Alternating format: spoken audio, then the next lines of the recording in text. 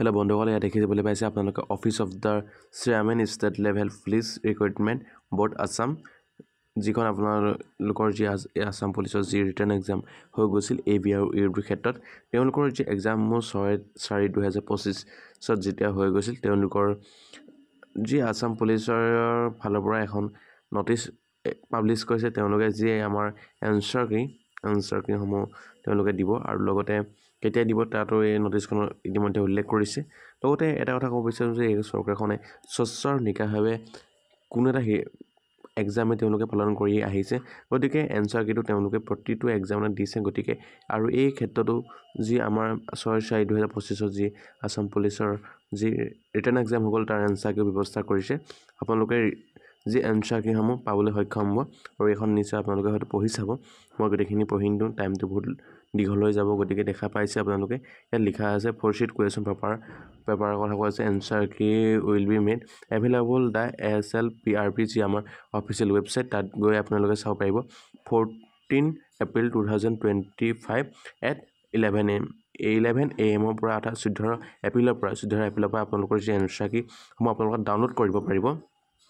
লগতে ইয়াত এটা কথা লিখা আছে, in this regard N online portal will be made live from 14 April 2025 from 11 AM and 22 April 2025 কথা কৈছে। অৰ্থাৎ 22 এপ্ৰিললৈকে আপোনালোকৰ এই উপলব্ধ হ'ব যি এনচাৰ কিসমূহ আপোনালোকে চোৱাৰ ক্ষেত্ৰত। যি আপোনালোকৰ অ'মাৰ্কশ্বিটৰ ক্ষেত্ৰত এটা কথা উল্লেখ কৰিছে যে 50 টকা আপোনালোকে পে' কৰিব লাগে। 50 টকা পে' কৰাৰ পাছত আপোনালোকে সেই পে' কৰা খুব সম্ভৱ আপোনালোকে এসপ্তাহৰ পাছতে আপোনালোকে যি আপোনালোকৰ ভিতৰতে আপোনালোকৰ যি এনচাৰ কি যি আপোনালোকৰ অ'মাৰ্কশ্বিট আপোনালোকে ডাউনলোড কৰিব পাৰিব। ইয়াত লিখা আছে, the portal will be facility interested candidate to বা obtain the scanned copy of the OMR sheet on payment Rs 50 ৰুপিজৰ কথা ইয়াত উল্লেখ কৰিছে।